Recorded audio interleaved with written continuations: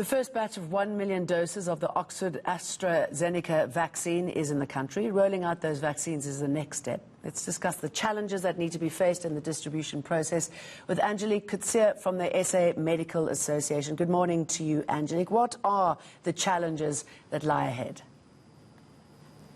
Good morning from a very cold Pretoria this morning, and good morning to all your viewers out there.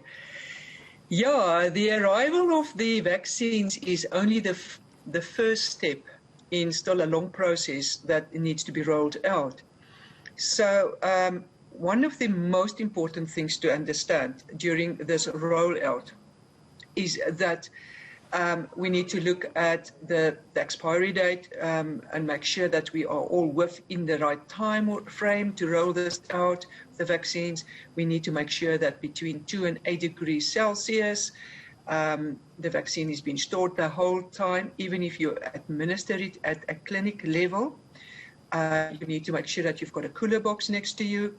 You need to make sure that the vial where you can, from one vial, you can most probably between 8 and 9 people be vaccinated from that. We take about one patient away for spillage, or one dosage away for spillage. Then you have 6 hours. So in that 6 hours, the vial should be exposed to direct light as less or as few as possible. We need to make sure that there's no fraud. We need to make sure that you actually vaccinate people who are enrolled to be vaccinated and not someone using your credentials to get into the program.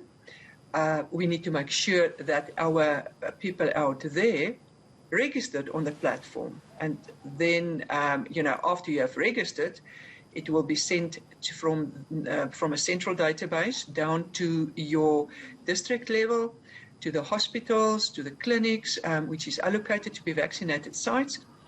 Then they will alert you and telling you that you can come for your vaccination on a certain day and time. Now, here might be another problem, because our people are not very known for keeping on time and keeping appointments. But in this case, it's going to be extremely important. As I have said, you only have 6 hours to expose the vial to sunlight or direct light, and the vial needs to be kept cold. So if you're not in time for your appointment, you might lose your dosage. Maybe get a new appointment. Not sure how they're going to handle that. Then also we need to make sure that these facilities has a generator, a backup generator, because if you store the vaccines in the appropriate fridge and under the appropriate levels, and you don't have a backup, and we all know what happens with our power and electricity, with all the outages that we have, you might again end up losing the vials without you knowing that there was maybe a power failure during the night, the generator didn't kick in. Okay, sorry, let me pick up on that. I mean, that is a real worry, isn't it? I mean, so many factors at play. How do you know that you're not getting a vaccine that has lost its efficacy?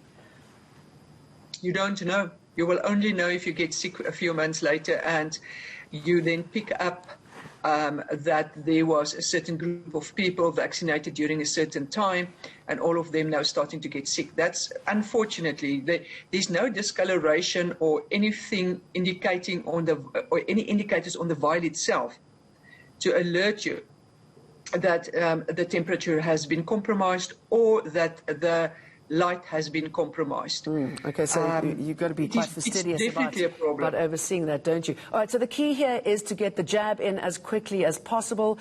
Several things. Do we know how many jabs we need for it to be sustainable? And the good news is that most of these vaccines are seen to be a lot more effective than we thought they might be. Well, we're not sure. Remember, South Africa's got their own variant, and so you cannot really compare us to all the other countries because of our unique mutations. So only time is going to tell us whether this is going to really help bringing down the numbers, and we are hopeful that it will, because we don't have anything else at this stage. And AstraZeneca is the one that we have gotten into the country. I know there's some of my members that are extremely unhappy that SAMA is promoting AstraZeneca. But it is important to understand it is what it is. That this is what the government ordered. This is what we have, and we have to make do with what we have. And even if you as a doctor doesn't want to go and vaccinate yourself, it's still your choice. I'm always saying you've got two choices. Whether this is a good vaccine, whether it's not a good vaccine, at least it will protect you against going to hospital if you contract the virus. Or if you don't want to take it, you can take your chances with the virus itself and see whether your immunity is strong enough to either stay at home, or maybe your immunity is not strong enough. You might end up in ICU and you might just lose your life. So there's not really, we don't have a lot of choices. Who wants to take that chance, right? I think if you can get the vaccine, let's get it. Let's take